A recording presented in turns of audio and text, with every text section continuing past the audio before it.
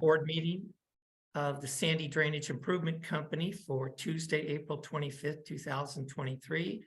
And this meeting is being recorded. And we'll do roll call. Steve Winkle. Present. Perfect. Annalise Kohler. Present. And Tanny Stephenson is present, and Tom Hansel will not be joining us today. And so with that, we will roll it right into Lori Baker. Good morning. Morning. Let me share my screen. All right, so we're going to take a look at our financial statements through February of 2023. So we are 8 months through the fiscal year and can start to really look at where we think we might end for this fiscal year. Let me jump forward. So this is a summary of the financial results through February. This column is your revised budget for the full year. And this column is your actual results through February.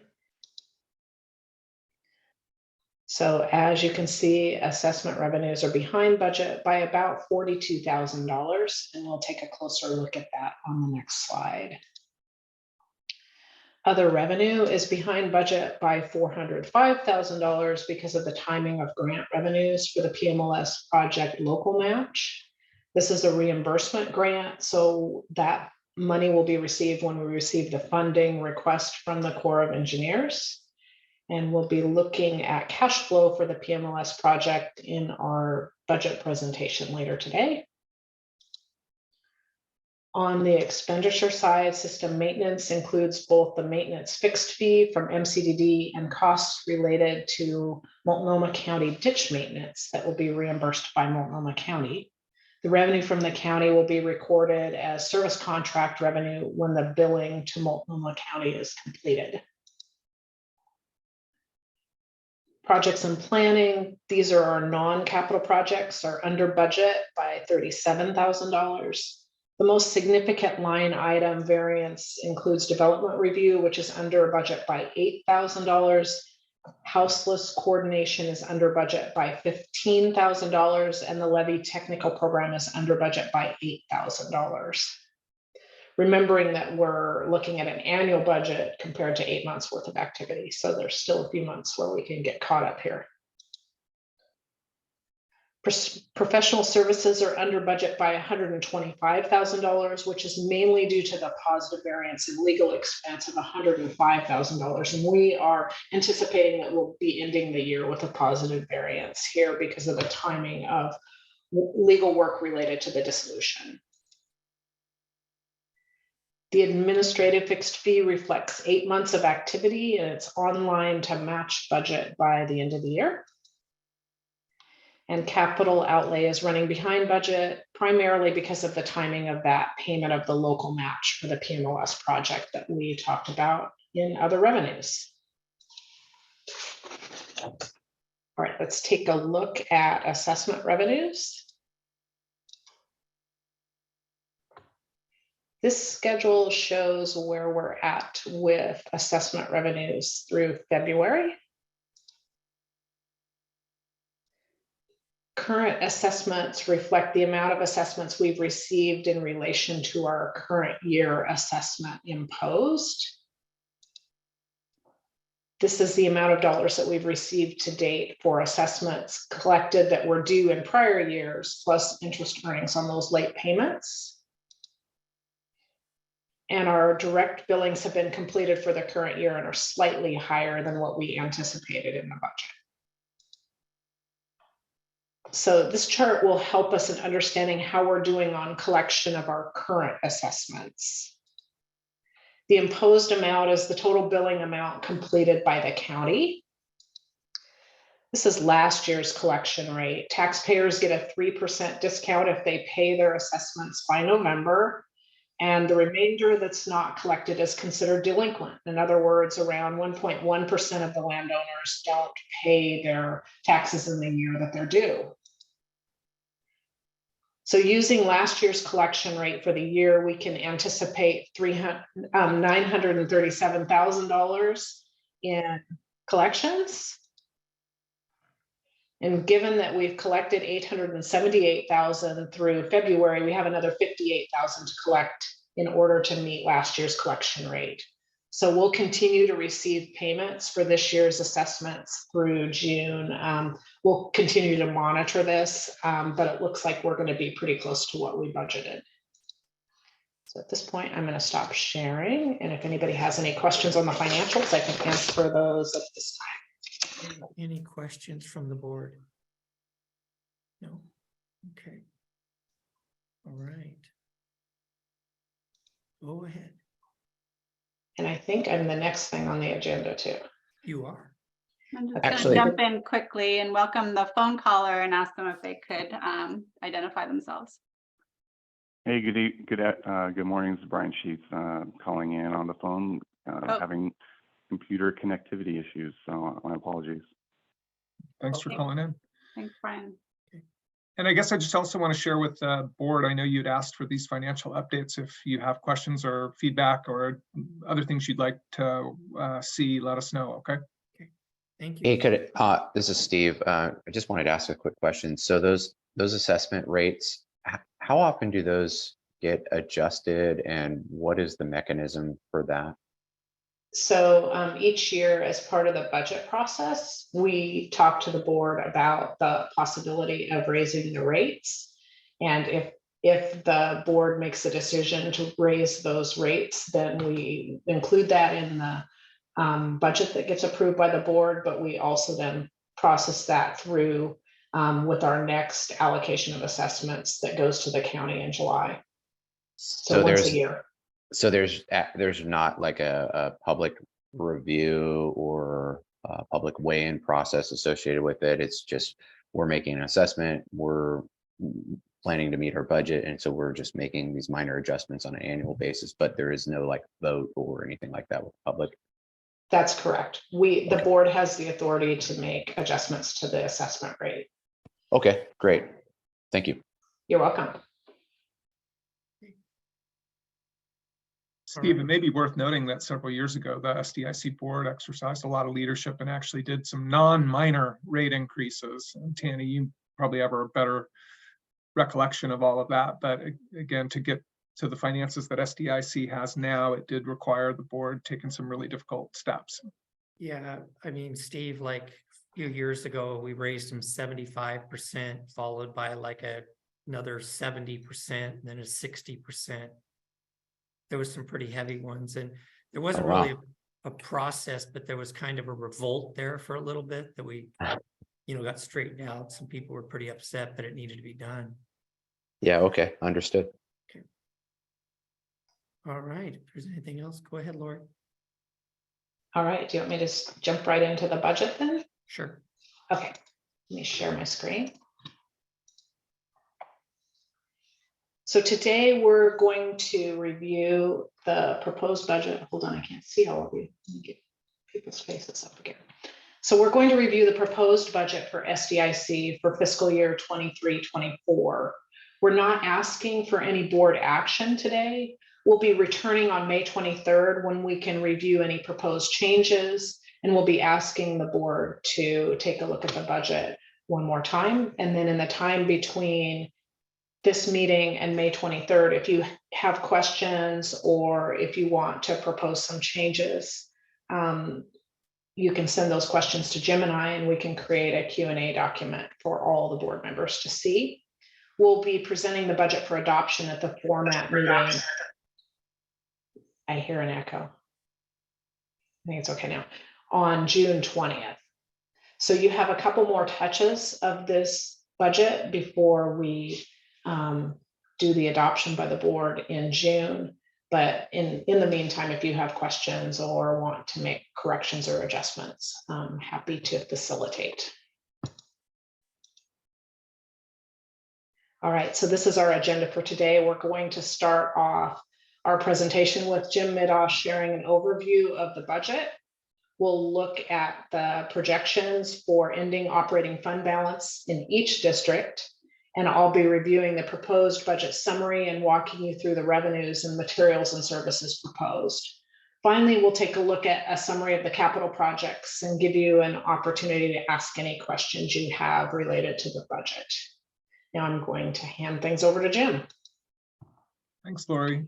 So just very briefly, this budget gives us the resources that we need to continue to operate the system within the SDIC boundaries. Also sets us up to continue the work to try and build a more efficient and resilient system by moving forward with the consolidation of the legacy districts into the new urban flood safety and water quality district.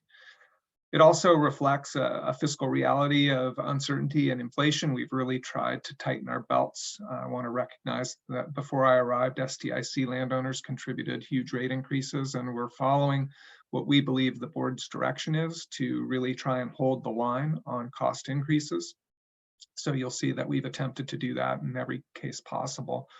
We've also shared with you information about the MCDD budget because that drives some of the costs for SDIC. And we're doing that in the spirit of transparency and trying to ensure that the board has all of its questions answered and that you can see that we're working hard to try and control costs, both in staffing, M&S, and capital. I'm also excited to report that we continue to have success with our federal partners and our state partners in winning outside funding to reduce the impacts on SDIC landowners. And last, I want to remind you that this is one of 7 budgets that the staff has to work through. It's a lot of interdependencies, a lot of complexity, and we're doing that with really antiquated systems that make doing some of the types of analysis that you may be used to in the private sector or elsewhere very challenging for us to perform.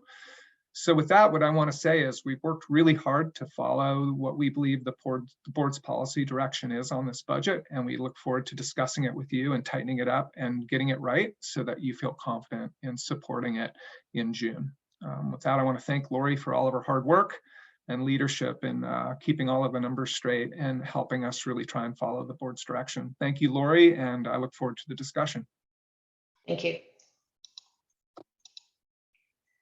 All right, as we look toward integration of the districts into the new urban district, our fund balance projections are a good way to understand timelines and the importance of moving forward with the decisions facing the board.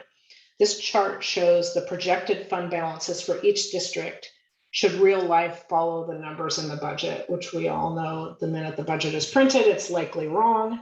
The information we're reviewing here aligns with the projections provided by our former budget director, Casey.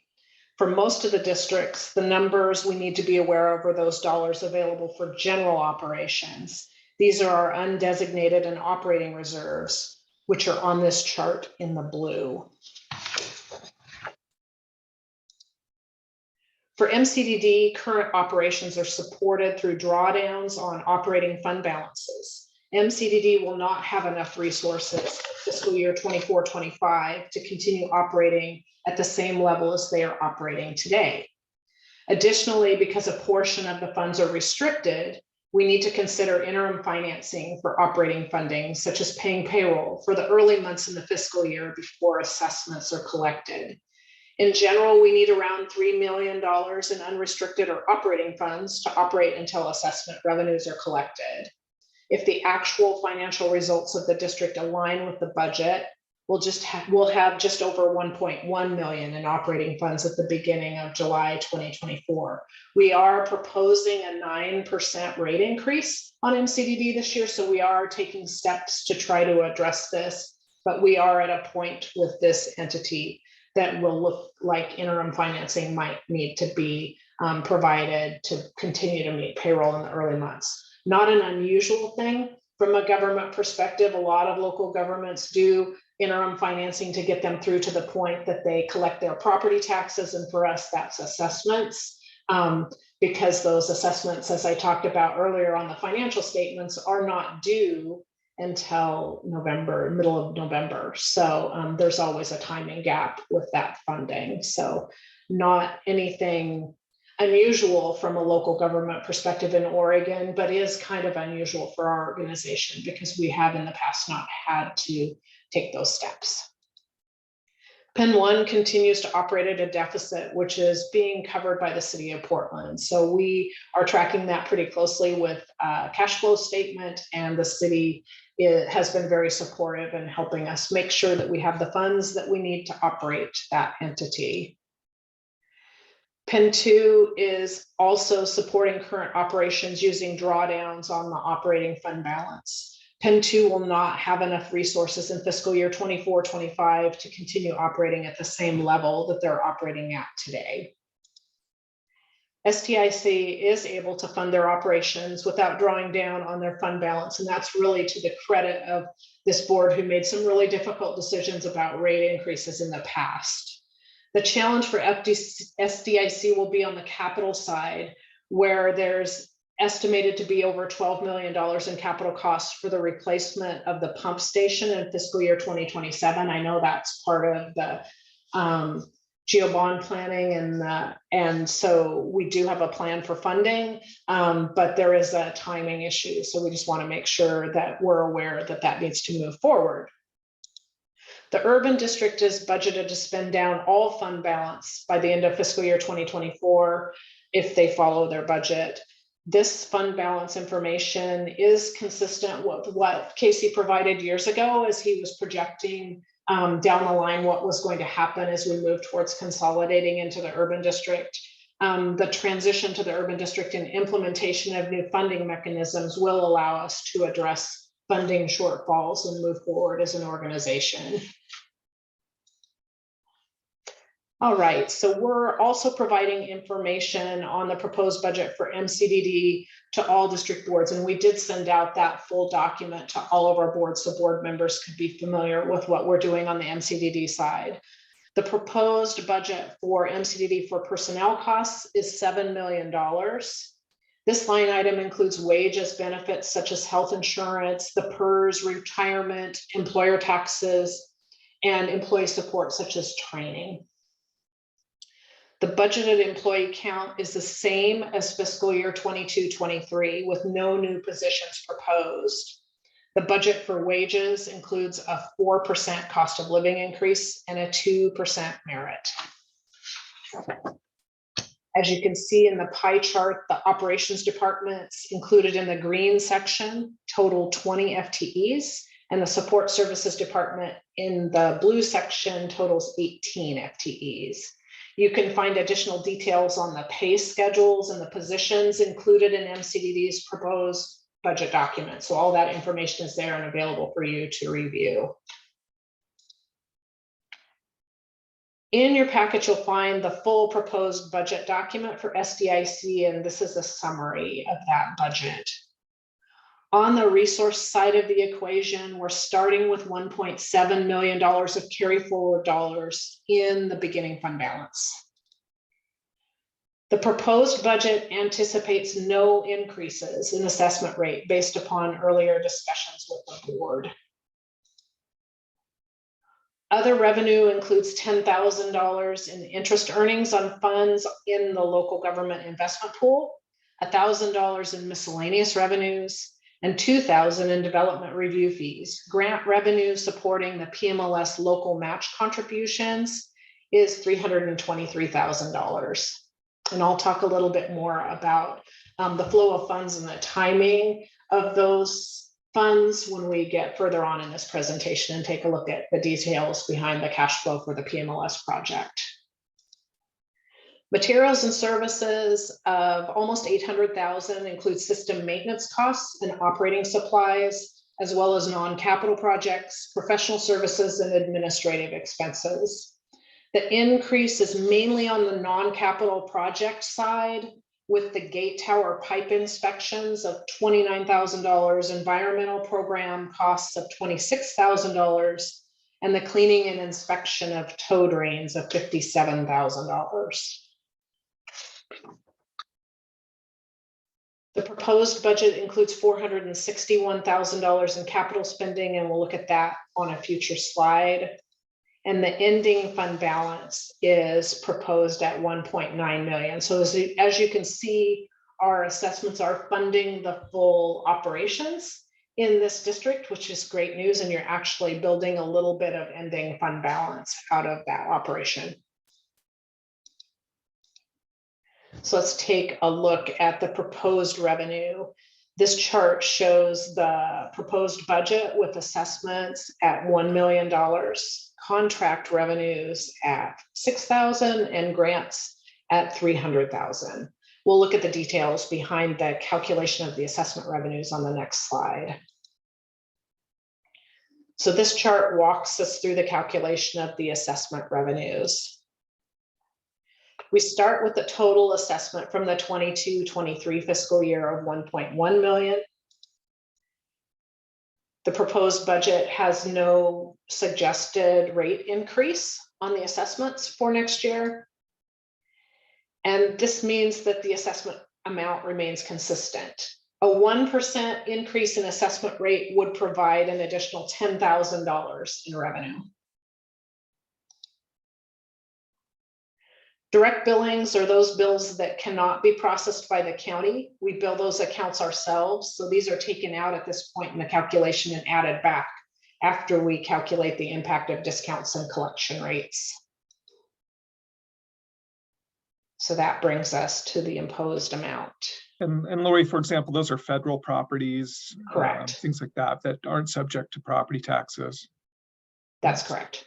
So we do those individual billings ourselves. So the taxpayers receive a discount of 3% if they pay their tax bills, including assessments, by November 15th. Additionally, there are normally adjustments to our assessments each year, and not all assessments are collected in a timely manner. We're using a total estimate of 5% of assessments to estimate the impact of discounts, adjustments, and collectability issues. At this point, we add in the payment by taxpayers of prior year balances, interest, and those direct billings, which brings us to our estimate for the total assessment revenue of just a little over $1 million. So as you can see, we're expecting a little bit less than what we calculate as the assessment amount because of those collectability and discounts that we experience through the county. This slide shows the breakdown of proposed expenditures by type. You can see that capital outlay makes up the largest part of SDIC spending, and that's mostly that PMLS local match, which we will talk about on a future slide.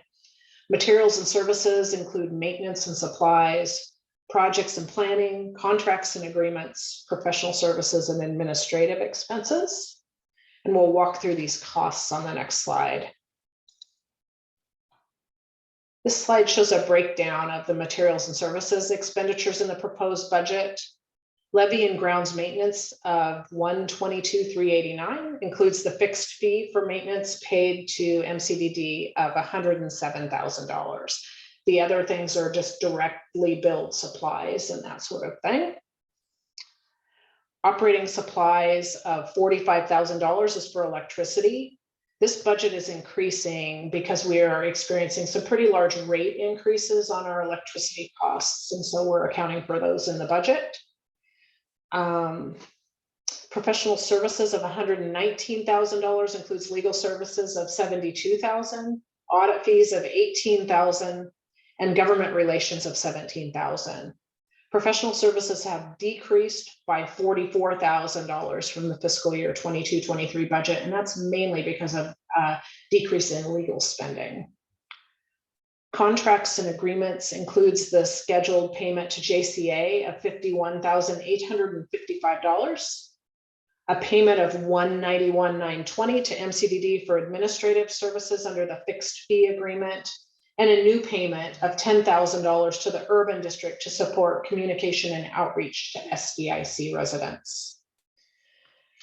Administration expenses of $23,994 includes $14,000 for liability insurance, and administrative expenses are going up just a little bit. They're $1,500 higher than the fiscal year 22-23 budget.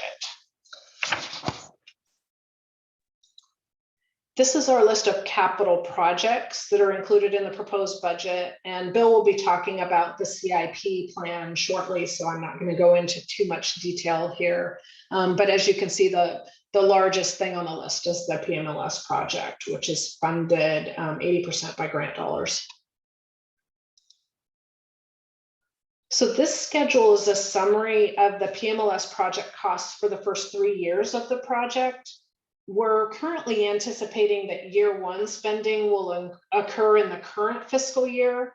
It is within the realm of possibility that we'll see these amounts shift to fiscal year 23-24. Just depends on the timing of all of the agreements that need to be executed, as well as the timing of the funding request from the Corps of Engineers. So in that case, we would contemplate funding the first 2 years for the PMLS project in fiscal year 23-24. And if we get to that point, we'll make those adjustments to the budget. Whoops. The total obligation to the Corps of Engineers for each of the first 3 years of the project is at the very top. The federal share is 65% of the total cost, and the local match is 35%. The allocation of the local match, which is in that middle section, is shared equally between the 4 districts. And then in the bottom section, each district is covering 80% of the local match with that OBDD grant, and the remainder of the local match is funding that's provided by the district, either with assessment revenues or capital reserves, or through funding support of local partners, depending on which district it is. And at this point, I can take any questions. Okay, questions from the board? No?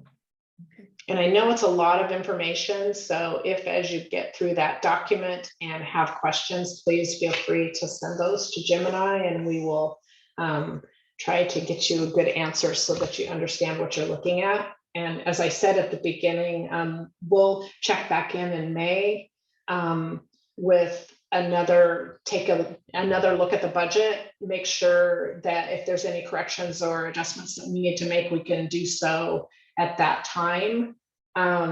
It is, as we talked about, the board's decision as to whether we do a rate increase or not. I would recommend that we don't in this case, because we are balanced and we're actually building a little bit of fund balance. So I think we're in a good position, but certainly it is up to board members to contemplate that if they think that that's something that needs to be considered.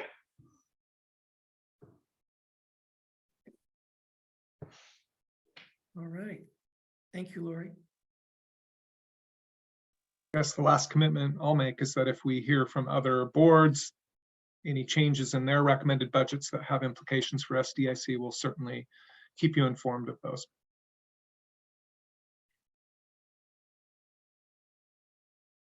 All right. So are we all the way down to Bill already? Okay, Mr. Owen.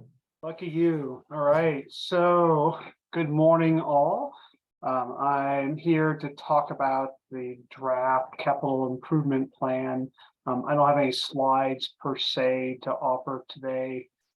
So I'm going to be referencing the meeting packet that was sent to you ahead of time. I'm starting on page 26. And I think what I'll do is just share my screen and walk through those pages.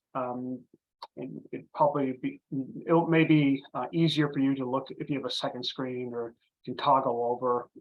It might be a little easier to read the document a different screen, but let me do that so I can explain to you what is in the CIP. For those who have gone through this process before, this will look very similar. The plan, can everyone see the document on the screen? Bill, if you could increase the hit that plus button up at the top in the middle to increase the size. Yeah.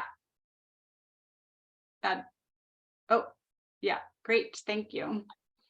Okie dokie. So this is a glimpse of your 5-year capital needs, as well as an indication of what additional capital needs might be required in years 6 through 10. So it is a 10-year outlook, though I focus on years 1 through 5.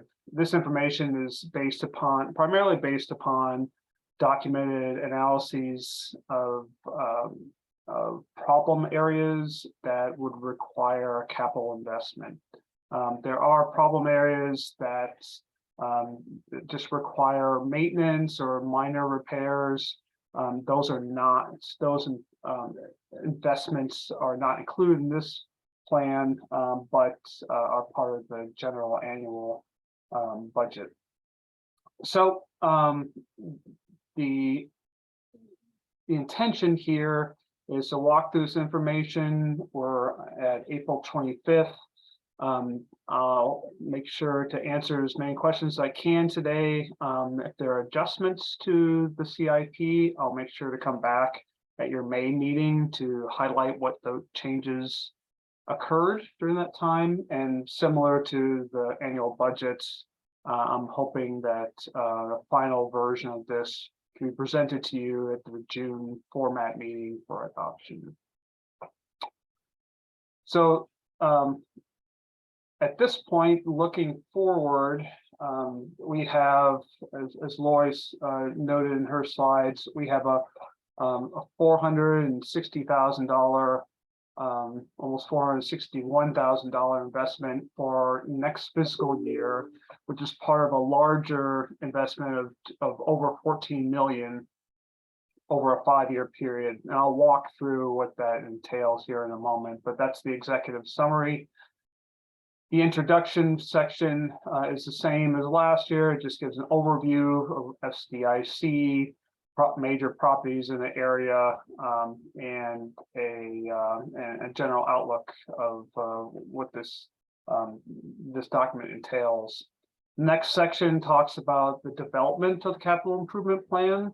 There are 4 steps. Step 1 entails collecting information primarily from planning studies and reports. We do preventive maintenance testing on our pump stations in particular, which include vibration tests and megger tests for making sure that the windings of the motor have enough insulation to make sure it doesn't catch fire, and allows it to function properly. So those type of tests are also included as we consider what type of capital investments are needed here. Step 2, once we've collected all those projects, we assign scores based on the following capital improvement criteria. And those include flood risk, emergency preparedness and redundancy, operational efficiency and safety, and finally asset integrity and dependability. This board has discussed weights, relative weights of those 4 CIP criteria in past, and those have not changed this year. And so I've applied the same process. So staff, we have a more detailed set of guidance to understand what each of those mean, and then we score them accordingly and apply those weights. Step 3 is a indication that that a project has value beyond just those 4 criteria, and those are listed in these bullet points shown in here. So at this point in time, there's not a lot of detail regarding any of these specific bullet points, but if we recognize as staff that a project would contribute towards community benefits or regulatory compliance or workplace environmental benefit, it recognizes that that's the case, and we have a little check mark that indicates that that project is a value for that particular category. Step 4 is a process where we recognize what those added value criteria are. I'll note that if any of them any projects have a regulatory compliance component, or there's partner financial support, we artificially raise the score of that project to the top. So regulatory compliance and financial support provide a recognition that that particular CIP or capital project is of high value. Next section talks about cost estimates. We talked a little bit about this last year, but this is it was added in recognition that projects show up in the CIP at different stages of their life, if you will. At the very front of a project, at the planning stage, we know very, very little about that project. We know enough to recognize what the problem is. We have a good stab at what the solution might be, but coming up with a cost estimate to identify how much it would, the investment needed in order to implement that solution is pretty rough. And we use basically kind of industry standards about how much cost would be for material, for mobilization and design and all sorts of things. They're educated guesses. And so as such, those type of projects are designated as class 5 projects. And you can tell from the accuracy ranges here, it's pretty broad. I mean, you can get the cost estimate that you see could has a range of either minus 50%. I mean, it could be half as expensive as what we're estimating, or it could be even double the cost, which I've seen, and some of you may have seen in past as well from either your own employers or even an SDIC in some cases. So it's a recognition to you as board members that the project is needed, and based on our limited information, here's a cost estimate, but know that we would have to come back to the board with a little more information to give you a better sense on what that cost will eventually be. And I've been advocating as of last year, and we'll be moving forward, that the board invests in a pre-design phase that would normally get you to a 30% design milestone, where the cost estimate can be plus, minus 20 to plus 30, which is a better sense on whether or not that type of investment is appropriate for this time, or we need to defer it. A great example of this was the gravity flow project that occurred a couple of years ago. We started off, we did a 30% design efforts, and we were able to narrow down the costs. But just as important, we realized, in that case, the project wasn't ripe to move forward. So it was an investment to start with to get really more detail down to that particular site. But in the end, in that particular case, we realized, even for the amount of money we're talking about, the return on investment just wasn't there, and we decided to stop the project for the time being. So those are, if we get through a pre-design phase, those projects will show up as a class 3 investment in the CIP budget. Class 2 and class 1 estimates refer to further phases of maturity of the project. So class 1 is when we actually have the contractor quotes for to move forward. Right, so similar information as of last year in that section. So the highlights of this year's CIP, as Lauren mentioned, it's dominated by the PMLS work in terms of cost and in terms of effort. There are 2 additional capital projects that we're going to be working on and continuing to work on from this year.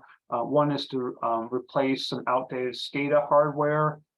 This is the supervisory control and data acquisition system. Basically, it's the communication system that allows the pump station to talk to our staff. So it sends data to us, and then we can send information back to them, either using a little iPhone or through our laptop, so we can control the pump station, Sandy pump station, accordingly. The other piece is, so I want to make sure to highlight that this particular project, the SCADA hardware, is also subsidized by SDIS. We received a small grant from SDIS to help offset some of those costs. I think it was a matching grant of $5,000. So every little bit helps. New vehicle access gates. This is a recognition that some of our gates have been damaged over the last couple of years. We're planning to purchase 2 gates this year and would like to purchase 2 more next year. This year, we're going to be replacing the one off of 223rd right near the Chinook Landing entrance. And the second one we're proposing to install right next to Marine Drive. Most people can't get down there, but we access one of our culverts, under Marine Drive, and there's no gates to get down to those culverts now. We've seen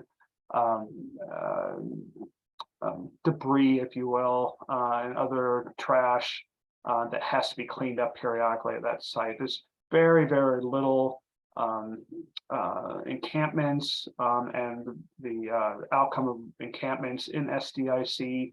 But this is one location. We're trying to encourage the county to put a little more security at that location. The 5-year CIP, as I said earlier, is over $14 million. Again, most of that is the PMLS work. As the 5-year outlook actually moves forward, it shifts, right? So this next year, the PMLS outlook actually decreases by just over $100,000. It's still a lot of money, but because we'll be paying off some of the costs from PED this year, and there's less construction costs coming in 2027.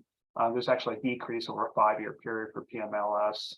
I'll also note that compared to last year, we are no longer showing the FEMA project related to the gate tower improvements. That's been removed from the CIP.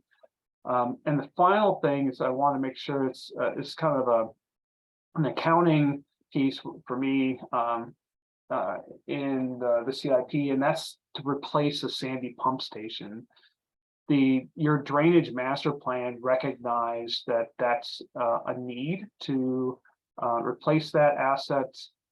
If for some reason PMLS does not move forward, I am showing how much it would cost to replace that pump station in this 5-year CIP, and there's a little bit of additional construction in years 6 through 10. So that line item is in the CIP, but as I say here, the project would only proceed if the PMLS was not able to fund its construction phase. Last thing I'll note about the text here in the main body is we assumed an escalation factor over time. We did some research from national sources, as well as connect with our peers locally.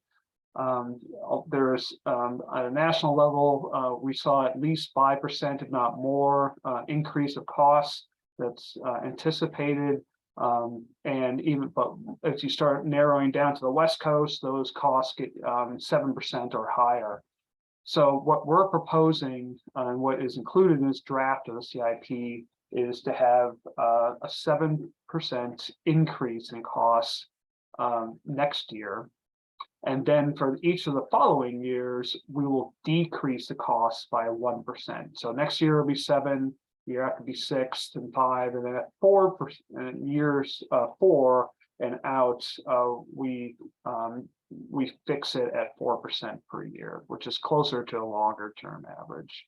So it's a ramp down with anticipation that costs will calm down over time. Independently, I found out the port is actually following the same process and same numbers, so that gave me some a good feeling that others were seeing the same thing I was. Last thing last couple things I'll note. Appendix A, you won't be able, you probably can't see the details of this, but this is the primary outlook of cost per year. Again, this looks like it's in page 31 of 77 in your handout. And this shows how much we're anticipating per year. Here's the 460,000 amount. There's information about the CIP ranking. The cost accuracy is relative to the description up above, the different classes for those. Whether or not the project has external funding is noted. And then there's a roll up of totals for the first 5 years, which is just over 14 million, and the second 5 years, years 6 through 10, which is only almost 12 million. And similar to years in past, if a project is listed for funding in the first 5 years, there's detail pages, more details on individual projects to give you an indication of those costs, the problem and purposes, and a little graphic to indicate what the project entails. So that is your draft 5-year CIP, and I'm happy to answer any questions. Okay, questions from the board?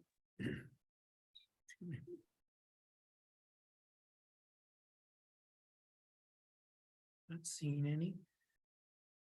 Bill, so you've got the 7, the 6, 5, and the 4, and so what is the 5-year compounding effect of that? Oh, excellent question. I haven't done the math. I can do that separate outside the meeting and let you know. So so for instance, if you want to know how much a dollar is worth in 5 years out with that compounding interest. Right. What Yeah. would the total be? Okay. So yeah. So to answer that, you can look back in Appendix A, and I've compounded those costs each year accordingly. Okay. So that $14 million number over a 5-year period includes that escalation. Okay. All right.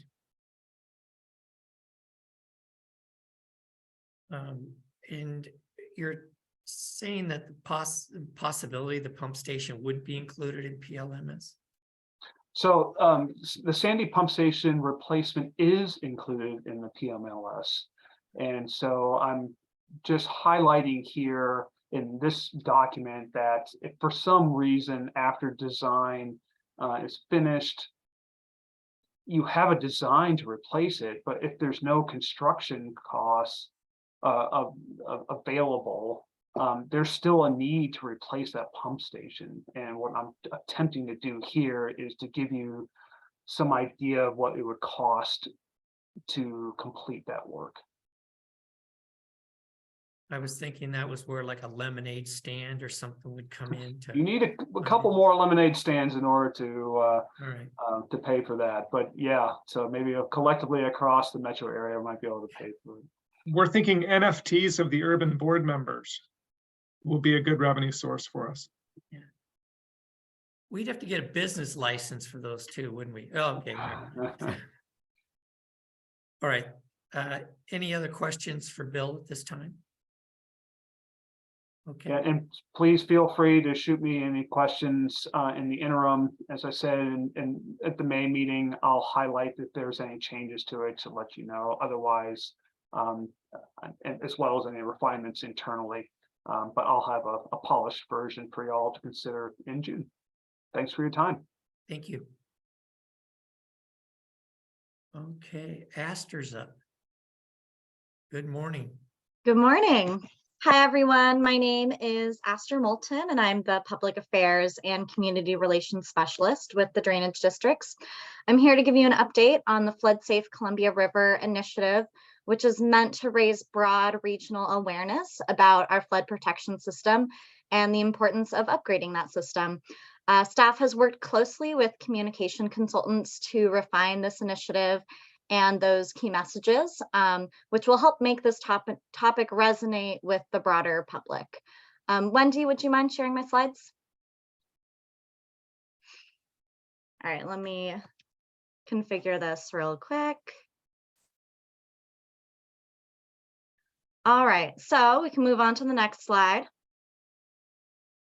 So we'll be, our presentation outline, I'll be going over how we got to this Flood Safe Columbia River initiative, the data that supports our pathway for getting here. I'll go over our key messages and supporting data for that. And then I'll talk a little bit about how this initiative supports our GeoBond development. So before I get into the meat of Flood Safe Columbia River, I want to note the process that we went through to develop this initiative. Last summer, we did some polling to help us identify people's level of awareness of the flood protection system, the various issues that motivate them, and their initial support for making investments in this system. We had a sample size of 660 within the new district boundaries and an overrepresentation of voters of color. We had 120 voters of color. And then after that, we followed up with some focus groups to help us refine our messaging. We had 4 groups of registered voters, one West Side group that was made up of both property owners and renters, an East Side group that was made up of property owners and renters, a low income group, and then a group exclusively for property owners. Next slide. Quick question, if I could ask. Yes. Do we know who was representing SDIC? Like what landowners or at that? Do we know? That's a good question. So trying to remember because there were some groups that were both people living within and outside of the managed floodplain, and some groups that were just exclusively people outside of the managed floodplain. Really, we wanted to focus on people that may not have heard of the drainage districts to kind of get a sense of what the broad regional awareness is, rather than people who likely know about the drainage districts. Does that make sense? Okay, so we weren't targeting like landowners in the district. No, I don't believe Okay. so. I think the property owner group included a pool of people that were both inside and outside of the managed floodplain. And I think there were at least a couple people on that focus group who lived in the managed floodplain. Yeah, and feel free to jump in with more questions as I go through. Actually, I had a quick question as well. When you said people from West Side, is it the west portion of the managed floodplain, or is it like West No, Portland? it's the west side of the river. So there was one group that was west side of the river, one group that was exclusively east side of the river, then one group that was property owners, and one group that was low income. Okay, thanks. Yeah. And Steve, I think you know that the new urban district incorporates all of Multnomah County inside the urban growth boundary. And we thought that the West Side audience was particularly important to understand, since they've never heard of us and don't directly experience flood safety the way those on the floodplain do. Yeah, that's an interesting dynamic for sure. Yeah, and location does make a difference. People on the west side were less likely to resonate with the assets that were protected in the managed floodplain, whereas people who lived on the east side connected more to that geography.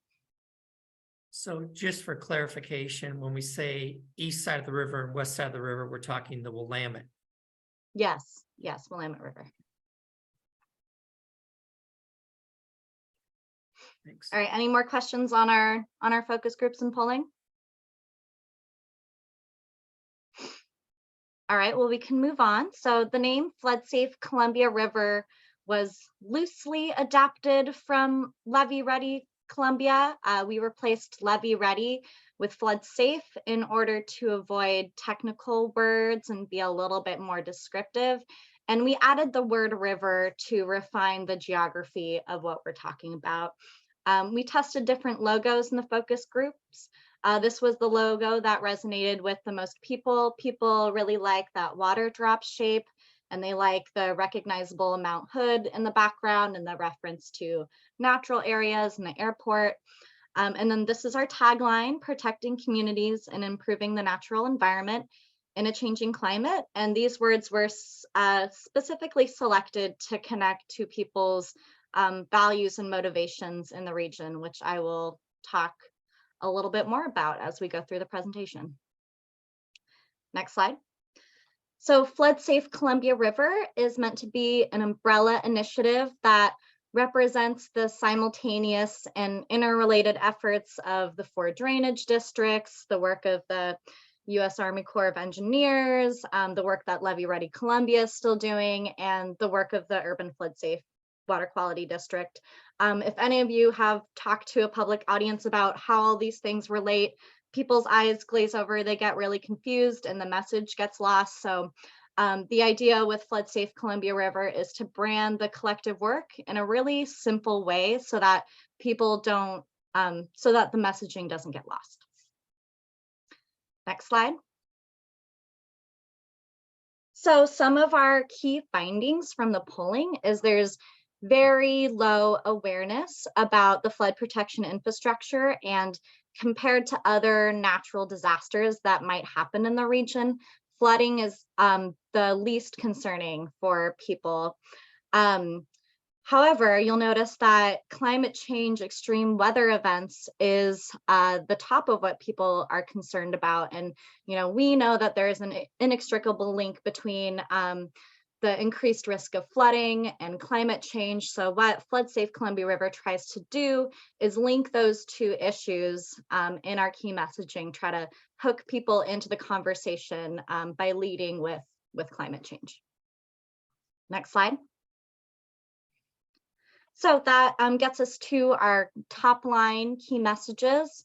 Each of these 3 messages have some sub messages that I'll go through, and I'll also explain how the focus groups and polling supports all of this. So first, major floods are increasing with climate change and the Portland region is at risk.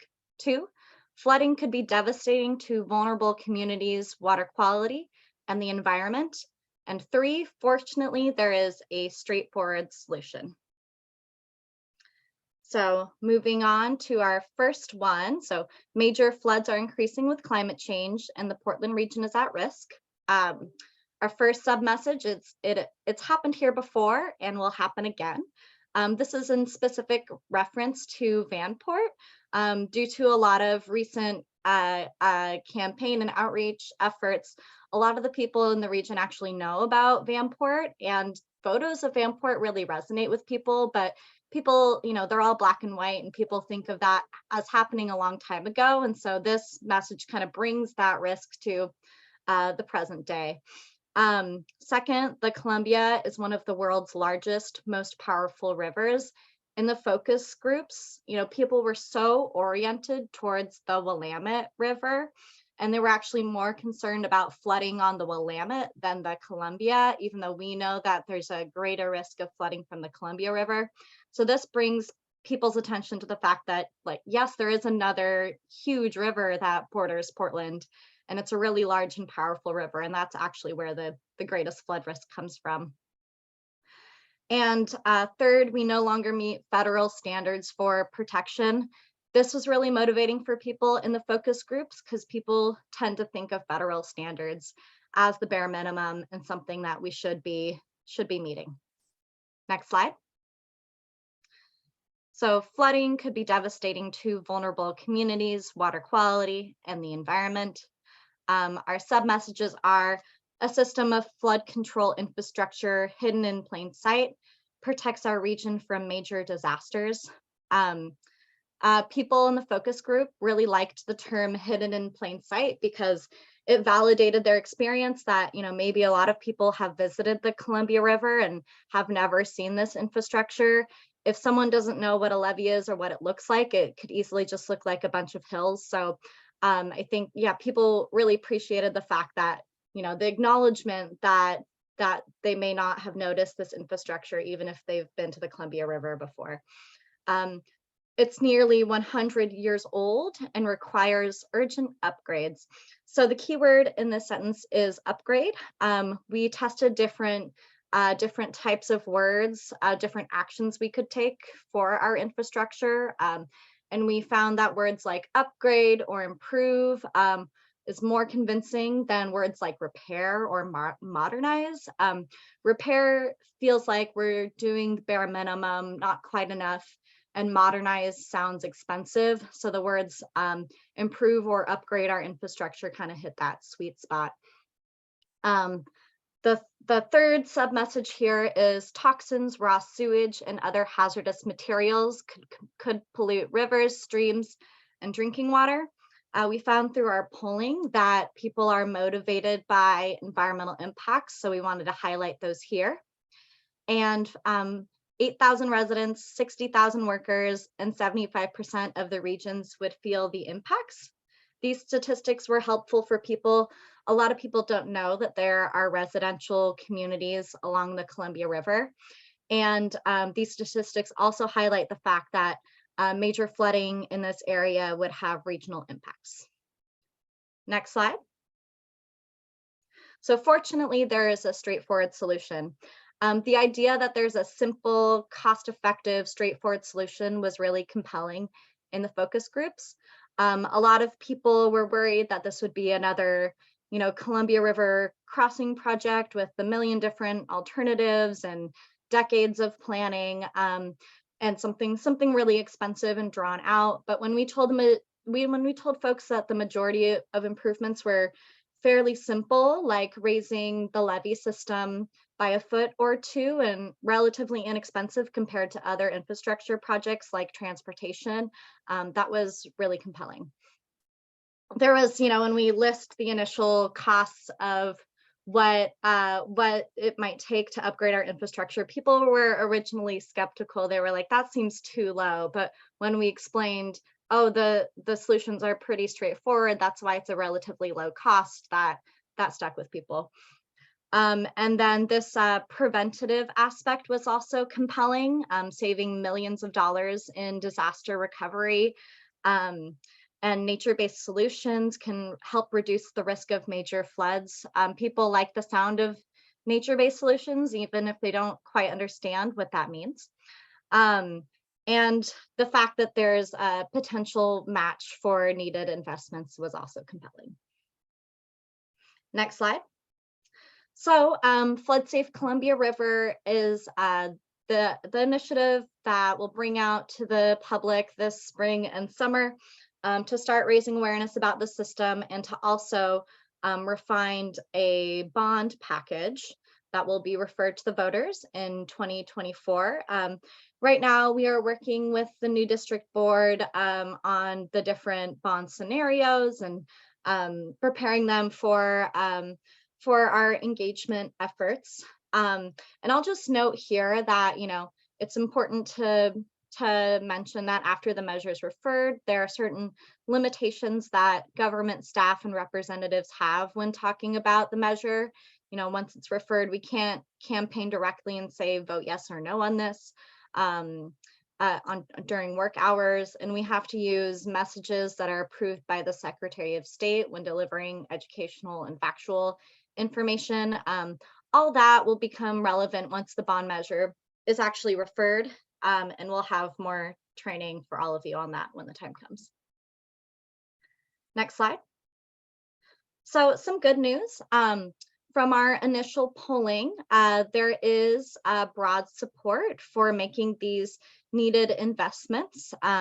There's total support of 66%, with about strong support of 23%, and softer support of 44%.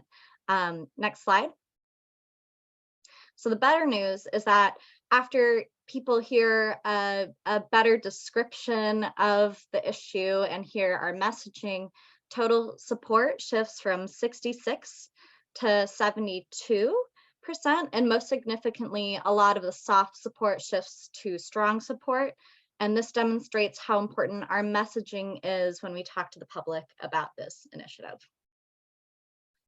Next slide. So some final thoughts about message discipline. The message is better when coming from trusted audiences.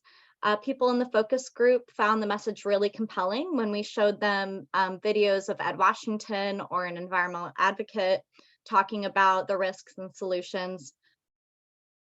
And they find that flood safety engineers to be really reliable messengers as well, but they're more skeptical of general government staff and elected officials.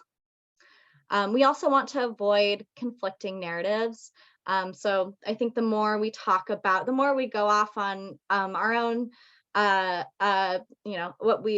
more we stray from uniformed messaging, the more muddied the public narrative becomes. And I think the more we talk about the different various agencies and our top line messages, the more the messaging gets lost. And then finally, we want to shape the narrative, don't let it shape you. And by that, I mean, we want to be leaders in delivering this message to the public, and we want to be in control of how this topic gets presented, rather than responding to different types of messages coming from the media or other agencies. We want to be able to bring this topic to the public realm in a really strong way, rather than reacting to other counter messages. So I think the more we can be grounded in these key talking points, the better. And next slide. I think that's all I had for you. Our website is now up at floodsafecolumbiariver.org, so definitely check it out, and I'm happy to answer any other questions. Okay, Steve, did you have any questions today? I don't have any questions at this time. Okay. I just had a couple of comments. One, we're talking about the vulnerable communities and things, and it seems like we've shifted some of our focus to that. And we've done a lot of talking about the airport and the businesses and the employees and all of those things. So I'm just wondering why we were talking about vulnerable communities and not all the aspects that are at risk. Sorry ahead. to interrupt. Are you done?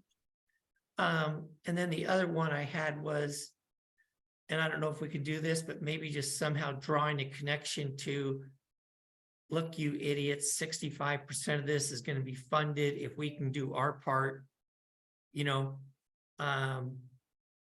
what I mean? Somehow tying that together so people understand that we're going to lose all this other money if we don't do the things that we need to do on our end. And then the contamination of the drinking water, is that primarily because of the depth of the wells that are there with the water table? We're talking about it getting contaminated. I'm just wondering, is it gonna, because toxins would seep down to the water table, or do we know? I'll walk through and answer your question. So I think the first one was, why aren't we highlighting, the other regional infrastructure and business activity in these messages? we tested those in our initial polling, and they, in terms of what motivated people to be concerned about this issue, those actually were towards the bottom. So I think you're right, you know, kind of in Levee Ready Columbia and previous communications, we really focused on the economic activity. But in this messaging, we're more focused on the people who rely on this system for living wage jobs, and also the equity aspects of this initiative. That's why we mentioned vulnerable communities. There are vulnerable communities that live in the floodplain and rely on it. That's not to say that we wouldn't mention the economic activity with certain audiences. We are engaging the business community, for instance, and obviously that's a really key, crucial message for that audience. So this is, you know, we're able to adapt and tailor our messages depending on who we're talking to. And just to stress, this is really general voters. This research is aimed at folks who probably don't pay a lot of attention. So as Astor says, when we're at the Columbia Corridor Association or the Portland Business Alliance or a Chamber of Commerce, we clearly will focus more on the jobs and economic benefits of the system. Yeah. Sorry, Astor. No worries. And Tanny, can you remind me what your second question was? My second one was maybe about trying to tie back to, we're getting 65% of this paid. $100 million is coming from someone else. And it's like, if we don't do our part, we're going to lose that money. Yeah, I think that sense of urgency is a really good point. You know, we mention 100 million, but we don't mention, you know, the fact that we won't have that then if we don't get the investment now. So yeah, we'll consider that. That's a good point. And then you asked something about the degree to which the well fields would be contaminated if there was a major flood. I don't know that the technical answer to that. I'm wondering, Colin, do you happen to know? I would need to take a look at the actual question. Bill can talk about the technical specifics of it, but I recall, and we can definitely share, we had these results were presented to the boards, both the polling results and then the focus group results. So there's some really good takeaways. What really resonated was just, you know, quality drinking water and having some of the sort of contaminants that would potentially be introduced into the floodplain and the time and length that it would take to clean those up. And people really not recognizing that Portland Water Bureau's well field, all the wellheads were actually there in the floodplain. And I'll kick it over to Bill on some of the technical pieces around the actual well field site. Yeah, so it's not just the Portland Water Bureau sites, but Rockwood Water and some others have groundwater wells in the area. It's unlikely that, you know, a spill at the surface would affect the groundwater source, because that's a long ways down. However, I know that the water utilities are, as regulated by state law, have to control what type of contaminants could be even placed within 100 feet of the well. And so if there is a spill in there, I think by law, they have to clean that up. And so if there's a spill at the surface, while it may not immediately impact the groundwater, it's a big cost to clean that up. And that source contaminants may be from other properties that store the chemicals on site. And if there's a flood, those chemicals can be transported. The other issue with the drinking water sites is just electricity, right? So you have to be able to pump the water up, and that requires electricity. If the site is inundated, you're done, and there's no way to get that water up because the electrical system is will have been inundated. Everybody forgets about that when Yeah. you got to pump the water, which takes power, and we're all like, you know, Yeah, unless your water doesn't work. Yeah, unless you you're track like some at of a the- campsite and you're just like pushing and trying to get the siphon going, but that's not realistic.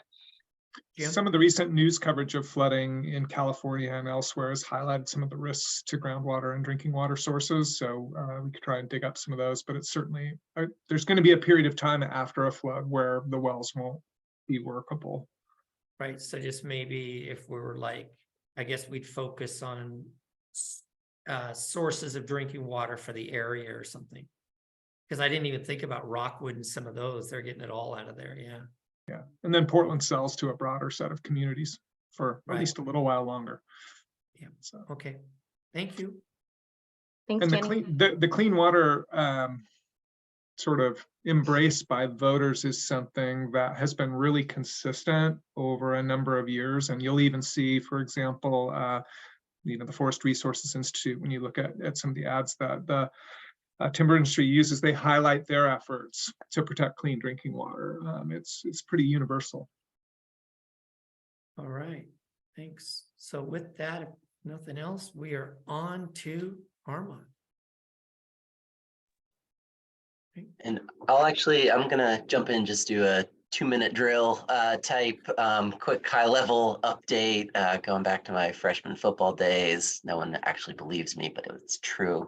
Good morning, Colin Rowan. I am the Director of Planning and Public Affairs. Armand's going to give you an update on upcoming board actions related to the Portland Metro Levee study, the design phase of that, and some of the funding agreements between Business Oregon and SDIC, as well as with the Army Corps of Engineers. I just want to give you a quick review and look forward of what all is happening. So just as a reminder, in December, through an act of Congress, the PMLS project was authorized in the Water Resources Development Act of 2022. That's a construction authorization. That's pretty huge. And we also had appropriations in December of 2022 that funded the first year of the next phase of the project. So that next phase of the project is the design phase called the pre-construction engineering and design phase.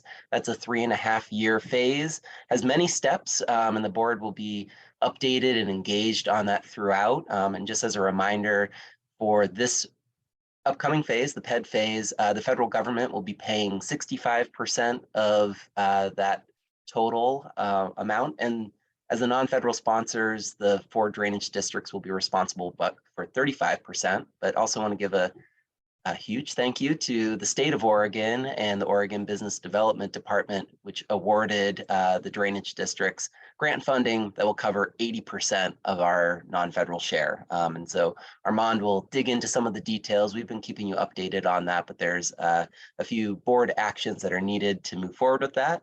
On the actual design component of that, the Army Corps is beginning to put together a design team and started re-engaging with our staff. I want to thank Mark Wilcox as the project manager for the PMLS project. He has been keeping our staff updated and coordinated, bringing us back together to keep all these moving parts moving forward. So a lot of appreciation for his work. Armand's going to give you an update on those next steps, but before handing it over to Armand, I do want to note some of the other things that are ongoing, kind of in the background, I guess. One is that we are continuing to work with our partners in DC. That is to secure next year's appropriation for the PED funding. We need annual appropriations, but once they start, we're in a really good place to move them forward. We had put together letters of support for congressionally directed spending, but in a very happy bit of news, we were included in the president's budget. So the next year's appropriation is in the president's budget.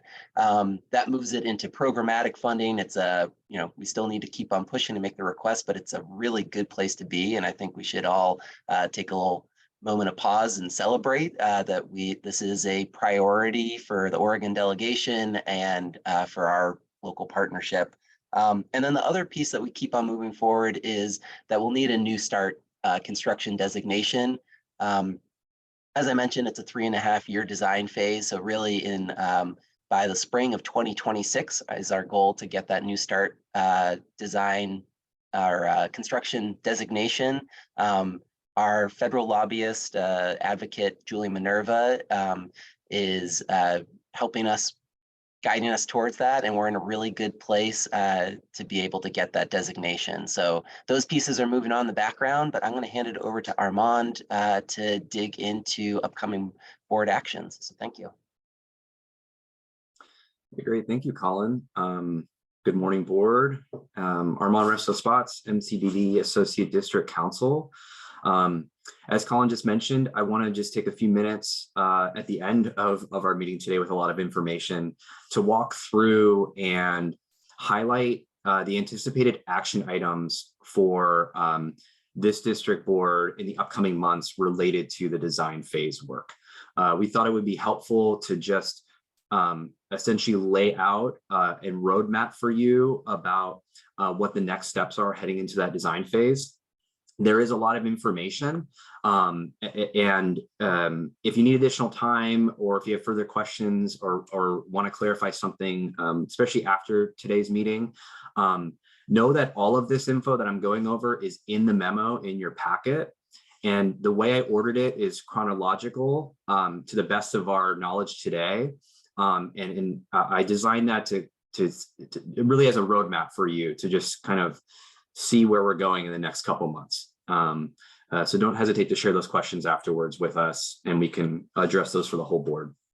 So just as you heard, the design phase for the PMLS project is getting underway, and we'll officially really kick that off with when we contract under a master design agreement. It'll be the overarching contract with the Corps and with the non-federal sponsor. I've included the working draft of that design agreement today within my memo. I believe that's attachment A. That design agreement outlines the terms and conditions and obligations of the design phase. And most importantly, it identifies that local share of the design costs for this entire phase. So before getting to the point of signing that agreement, there are at least four, maybe like a quasi fifth step for this board, along with the other district boards, to take to get there. So let's, and like I mentioned in my memo, I ordered those by timing, but practically speaking, we may be taking some of these actions at the same meeting or proposing them to you. And so that's a loose sort of order of timing. One other way that you can view our steps is there's a funding component and there's a legal component. So let's talk about the funding piece, building off of what Colin just updated you on. If you recall, as local sponsor, we are responsible for a 35% match against the federal government's 65%. 85%, or I'm sorry, 80% of our local match is going to be met by our Business Oregon contracts, levy grant funds that we were awarded. I believe about 2 months ago or so, we had notified the boards of those awards. Currently, those contracts are with the state of Oregon. They're being reviewed by legal counsel for a requested minor revision to the contracts. We wanted to include a provision related to the future dissolution plan of the districts and just providing for that in those contracts. So as of today's date, we are anticipating those amended contracts any day now, really. I've been able to stay in contact with the contract administrator there. And as soon as we have those back for review, we anticipate bringing back those up to the boards for review and approval. And with that, that would secure that portion of the funding for the design phase. The second piece of the funding component for the design phase is a cost-sharing intergovernmental agreement. If the board recalls, back in February of 2022, each district board, by resolution, agreed to share equally in financing the design work on two conditions. One being that we receive the state funding, which we anticipate securing here shortly, and then entering into a cost sharing arrangement between the districts. So this IGA, all 4 districts would be made a party to it, along with the JCA as well. And it'll outline the cost allocations, those equal shares between each district, the process to move those funds together to the JCA, and eventually the timing and procedures for the JCA to then make payments to the Corps pursuant to that design agreement arrangement. We anticipate having a draft of that IGA for the boards to review and discuss and have comments on, ideally within the next month. So those are the funding pieces. The final 2 actions are legal and administrative in nature. So as with prior agreements with the Corps related to the PMLS, the feasibility phase, feasibility study in 2018, we've employed the Joint Contracting Authority as the non-federal sponsor. The Corps doesn't view this as a individual district project. It's all one system. And with the collective benefits to the system, we're going to be again recommending that the JCA serve as the non-federal sponsor. So in other words, that means the JCA would be the contracting party signing the design agreement. So to get there, the first step that we'll have be proposing to each board is that each board would be assigning the respective authority to sign a design agreement on their behalf over to the JCA. And then with the JCA having that requisite authority to sign on the behalf of each drainage district by resolution, the JCA would accept those assignments, and then we would move forward with approval in executing that design agreement. Obviously, that final design agreement will be presented to each board for review and comment prior to signing any authority. And we anticipate presenting these resolutions possibly as soon as next month. The discussions with the Corps on that final design agreement are continuing and are very frequent. And so hopefully this and the memorandum in your packet provides you just kind of a idea of where we're going to be going here in the next month to 2 months. With that, it's quite a lot of information. I'm happy to answer any questions on process at this stage, but I also want to offer to Colin or Mark if there's anything I may have missed in there. Thanks. Nothing from me, but yeah, Mark, please fill in if there's anything missing.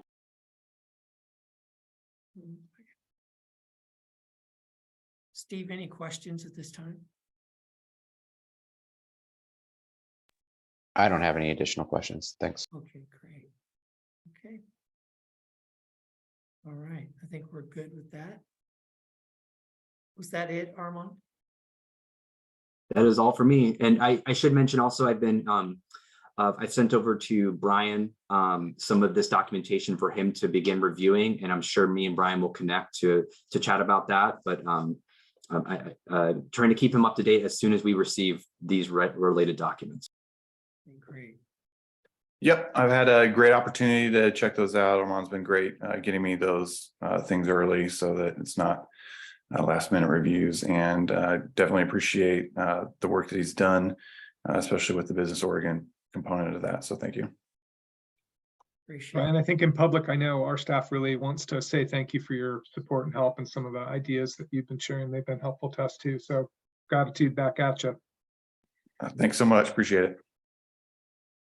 All right. Was that it, gang? Great job, Mr. Chair. You got us done early. Appreciate We're done that. early. Okay. Couple final things. One, note for the record that Annalise Kohler left the meeting at 11:02. And so we were out of quorum from 11:02 forward, but we didn't make any substantive decisions, so we should be good there. Then the other thing is budget questions. Do you want those? How do you want those done? Email to Jim and I would be great, if you don't Awesome. mind. Okay, Thank you. all right. Great. If anyone else doesn't have anything, we will go ahead and adjourn. Thank you, everyone. Enjoy the sunny afternoon. Yeah, for sure. Thank you, everyone. Nice job, staff. Appreciate all the detail, and everyone have a great day. Thanks. See you. As well, thank you. Great, thanks. Bye.